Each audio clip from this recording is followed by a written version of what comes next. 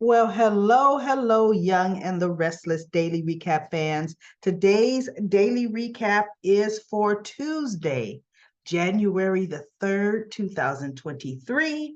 Tuesday, January the 3rd, 2023. If you have not subscribed to this YouTube channel, please subscribe and like the video. You're always going to be in for a treat because sometimes I have to make some things up because the soap is so boring, but not right now. Listen, everything is going pretty good right now. It wasn't a real fast moving day, but it was an okay day. We have Nick running into Lily at the coffee house. Oh, no, at Society. And believe it or not, he gives her a absolute apology on the Nate perceived situation, perceived that we were trying to poach your company, with some insider trading. Because, see, I cannot confirm or deny that it was really Newman, but I just hate the fact that, some ill will came, you know, in your family and probably towards our family. And I've always respected you, Lily, always. And, you know, uh, you're doing a good job. And so she goes, yeah, we have no proof that Victoria was in fact the CEO that Nate was conspiring with, but come on, she goes, we know exactly what was happening. She says, and by your actions, I can tell you weren't involved. And so he goes, because what did he say about something about now? She goes, and now Nate is rewarded with his actions by a top position, what, Newman Media? And Nick's like, yeah. You could tell, see, because he still wants Sally to have Newman Media. But he doesn't badmouth his sister. He just apologized. And she thanked him. And he was like, I could tell something is on your mind. And she goes, yeah, but, things have been disappointing last year. Quite a few things have disappointed me. People have disappointed me. But I still will go on. And he goes, are we talking about Nate or are we talking about Billy? And so she kind of looked at him. She goes, what makes you think it's Billy?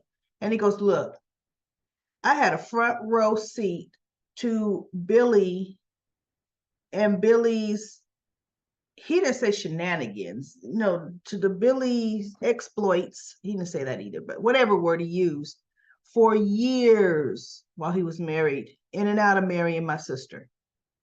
So I know the guy pretty well. I know him. He's restless.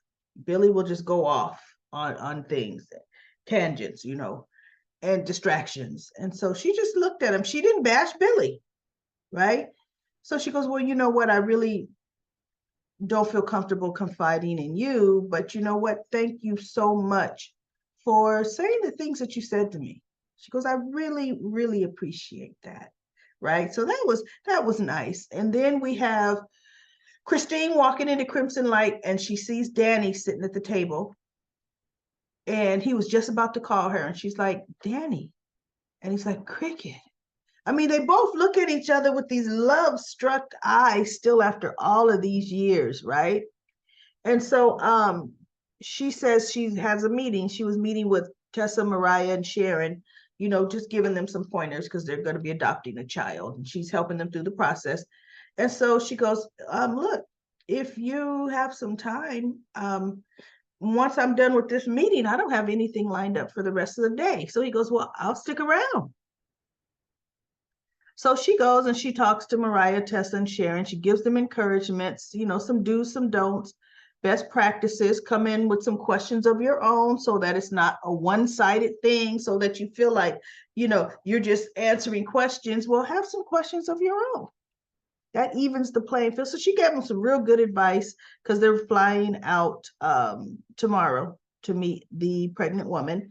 And Danny was listening to the advice Christine was giving. And of course, we had to go back to memory lane from when he first met her in high school to this, to that, to them being married, to then, unfortunately, his career's taken off and he slept with Phyllis, and because I guess, apparently it was a groupie party. She got him drunk and drugged him. So she could say this baby was his when it really wasn't. And it broke up him and Christine because Phyllis made sure she was a hurricane with that relationship. And then, as a matter of fact, she tried to hit Christine. No, not tried to hit Christine with a car. She did hit Christine with a car, her car. So, Phyllis and Christine brought all that up, but she had the meeting, then she came back out and she says, "I'm so glad you could stay and we could talk." And he goes, "Me too." And they talked, and she goes, somehow he goes, "So how have you been? And how are you and Paul?" And she says, "We're doing good." They were on vacation. And she says, "I knew you were in town because I saw the post that Phyllis put on social media, spending time with friends and family," and whatever she quoted, Phyllis said word for word. And he goes, "Yeah." She goes, "I didn't know that you and Phyllis are close, you know, that you're close over all these years." And so he goes, "Well, I wouldn't call it close." He says, "I would call it co-parents and co-grandparents." She says, he goes, "Over the years, I mean, we've been there and we still are there as Daniel's parents, So yes, we're like partners in that way. And then we've got Lucy, and so she goes, "Yeah, but it's just strange." And she's looking like hurt, kind of almost like it's just strange after all she's done to us, to me. I was just shocked. And I'm thinking, get over it, Christine. Get over it. You knew that he accepted Daniel as his child in every step of the way. You were the lawyer that fought against Phyllis and Michael and won to get Daniel in Danny's custody. Okay, so, all right, that's still the mother of his child because he adopted him. So, but anyway, they talked and, kind of still the love struck looks at each other. And he says, "Oh my goodness, I've got to catch my flight. I wish we had more time." And so he's starting to stand up. She goes, "Is that your way of asking me to take you to the airport?" And he looked at her. He goes, "Well, would you?" He goes, "I wouldn't want to impose, but you did say you were free after your meeting. I would love that. That would give us more time to talk." And he told him about he offered tickets for Lauren and Michael and Tracy, and he's extended, you and Paul could give you, and we could all have a big dinner party after, So she goes, "That would be nice." So, they had a really good conversation as friends. So that was good. And then we have Victoria. She was looking completely distracted at her and Nate's meeting that Nick chose to miss. Although when Lily ran into Nick, he had just finished a meeting at Society. So it's not like he chose to snub him. He decided, "Look, I'm booking another meeting at the same time, so I don't have to deal with that," right? So Nate could kind of tell Victoria was distracted, just like this long off look, distracting. And he said, "You know what? I could tell something's on your mind. Is it something I've done? Is it?" She goes, "No, no." Mm-mm. And so he goes, "You know what?" He goes, how about this? We're done with our business meeting. Why don't we take a break from business? Why don't I get us some coffees from the break room? And we could just take a break and have some personal time and we could talk. So she goes, "Okay." So they went to the break room, they got some coffees, they came back, and he was just talking to her, and she was just saying it's a personal issue, and you know, with Johnny. And she goes, "I kind of had similar issues with Reed, but not similar because Reed and JT and I weren't together, But she goes, this is just different. It's just different. And I have to really you got to navigate it. Right. And so Nate was pumping her up, telling her, what a good decision maker she is, a good mother she is. She's quick on her feet.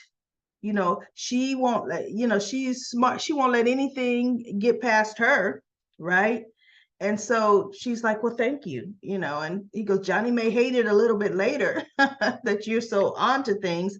And I'm thinking, she ain't gonna be that onto things. She gonna send that boy to boarding school. Seriously. She's going to be in boarding school. She's already sent him and Katie there last year, and they were little. This is the aged up Johnny. She sent those kids to boarding school so fast with the Ashland thing, it wasn't even funny. Johnny will be going to boarding school again. So anyway, they talk, and she goes, this does help. And she kind of smiled, and she goes, thank you for the things that you said. She goes, I will think about it. He goes, because bottom line, give him some space. She goes, because I know he's at the age to where he wants to start to have a little independence, and just worries me sometimes. He goes, well, look, unless it's a trust issue. She goes, no, there's no trust issue where that's concerned with Johnny. And he goes, just give him some space. He will appreciate that. And you'll let him know you are there for him. So she took that to heart, okay, that was cool. So then we have Billy showing up at Chelsea's. And he goes, hey, I was just stopping in to see how Connor's project went at school. And Chelsea goes, well, Connor's school's not over yet. Connor's not out of school.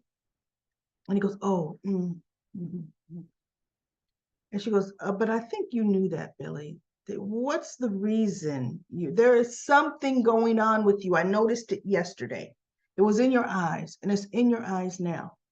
What is it? And he goes, no, you know what? I don't want to burden you with my problems. And she goes, how is it a burden? We're friends. After everything we've been through, it's not a burden. I'm not that delicate that you can't talk to me about what is going on with you in your life.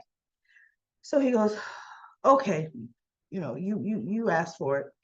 And he said how Lily wants to take a break, from their relationship. And he says, when somebody starts talking about taking a break, it's over. And she goes, oh no. Okay, this is because of me. This is because I've been spending too much time with you. And he goes, no, Chelsea, that's not it. And that's one reason I didn't want to tell you, because I didn't want you to think it's your part. It's a culmination of a lot of things. He says, and Lily and I both agree, it's not you, solely on you. He goes, this has been,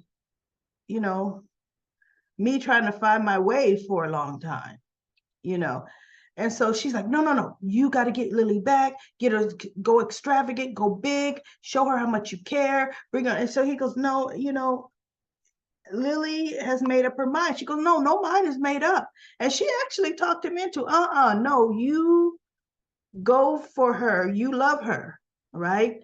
So he texts Lily and he asked Lily to meet him at Daniel's Club, which Lily does. She meets him at Daniel's Club. And he got a really, really good, heartfelt talk.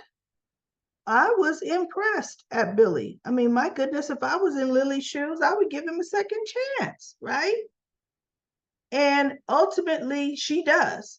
She does tell him how much he hurt her, and blah, blah, blah. And whatever, Lily, goodness, get over it. And he goes, but I feel our relationship is worth another chance after everything we've been through.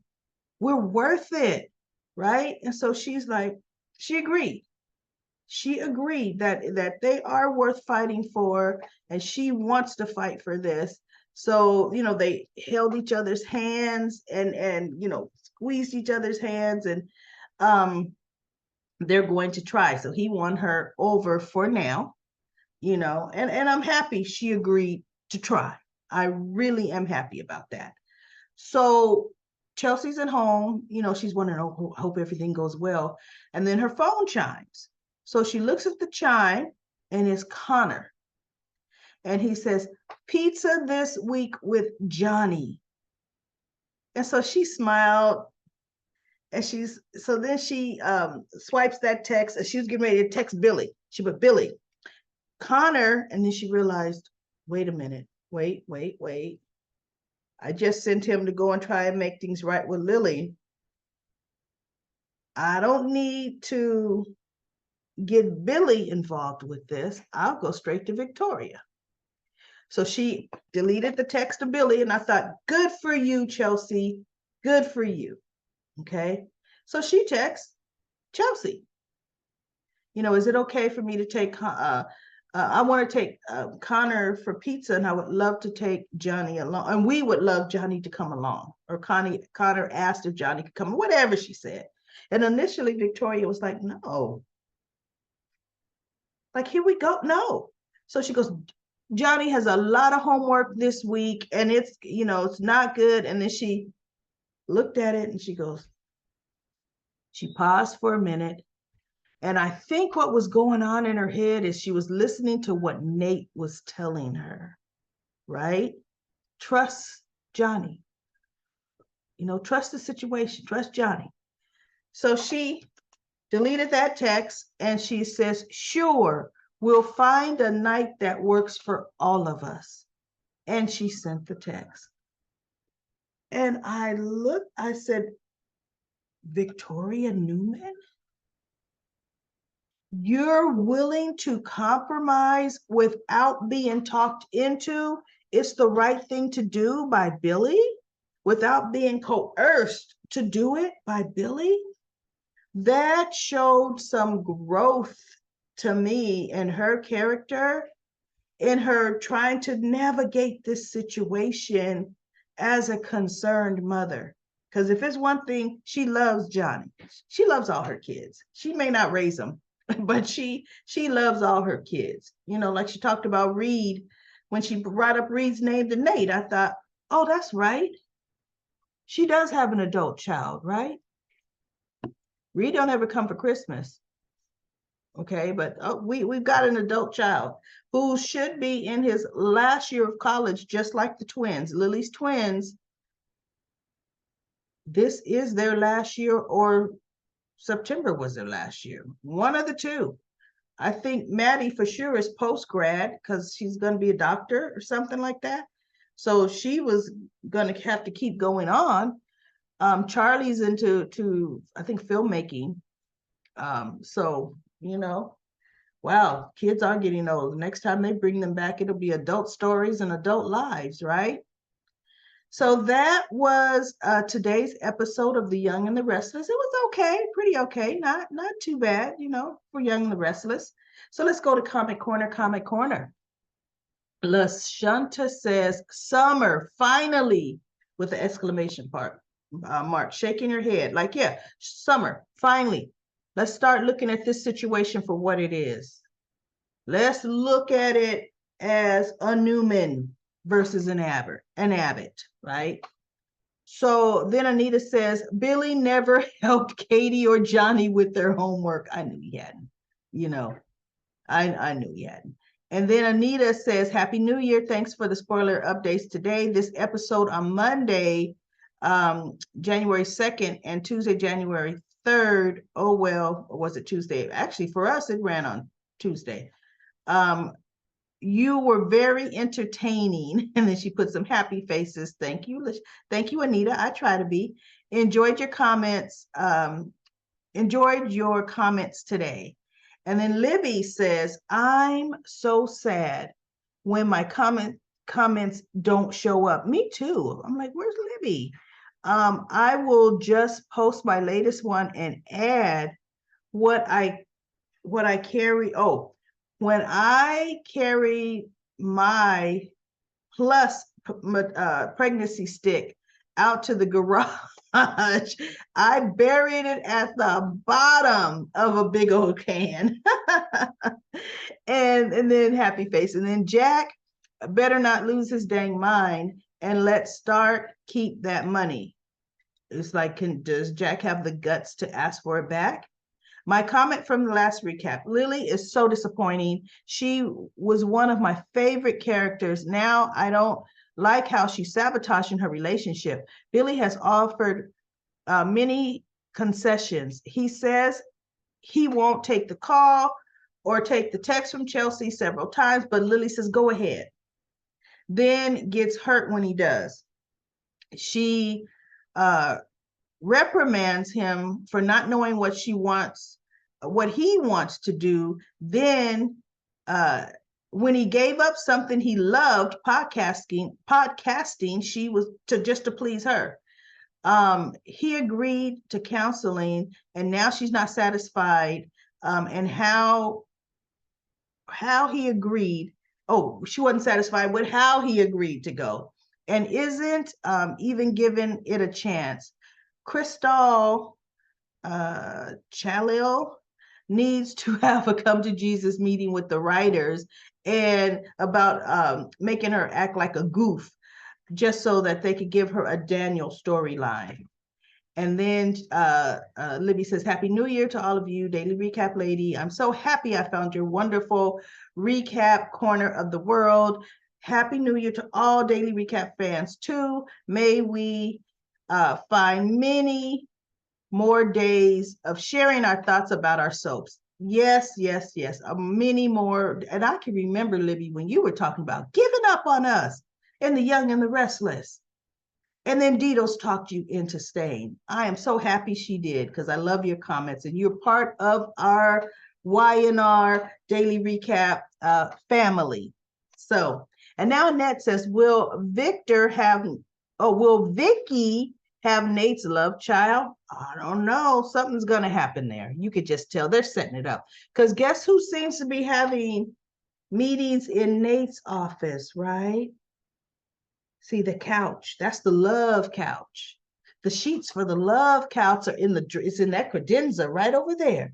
Nate already found those sheets. Let's see if Elena's the first person he uses them on in his office. My prediction is it's going to be Victoria. Okay. And then Kimberly says, I hope not, but she is pregnant in real life. You know what? I looked that up, and there's got mixed things on the internet that she's pregnant in real life. And then Kimberly says, what? I was pregnant at 40. I can't imagine being pregnant at 50, right? So I thought, oh, goodness. So I went to soaps.com, couldn't find anything about it. There's this soap something else that I don't know how reputable it is. And it kind of said, yes, she's pregnant. But then in another one, no. So look, Kimberly, if you can find a link to where they're saying the actress is pregnant in real life, can you post it in the comment section? Because we all would like to look that up and do some research. Because, you know, if she is, that's definitely going to be a high risk pregnancy. And I would be pretty sure she's not going to be able to work, you know, pretty much close to term with this. But anyway, we shall see. I mean, goodness, if she and it's actually the actor that plays JT, if they're expanding their family because they have other kids, then, you know, more power to them. We're going to all pray and wish, you know, for a happy and safe pregnancy. But I just don't know, because I'm seeing online that it's saying that that's a rumor that is not confirmed, because they're saying Michael, the actor that plays Michael, I think it's what's Christian LeBlanc. He is supposed to have tweeted it. I don't know. We shall see. We shall see. So anyway, that is it for Comic Corner. Comic Corner. I'll be back tomorrow for another daily recap of The Young and the Restless.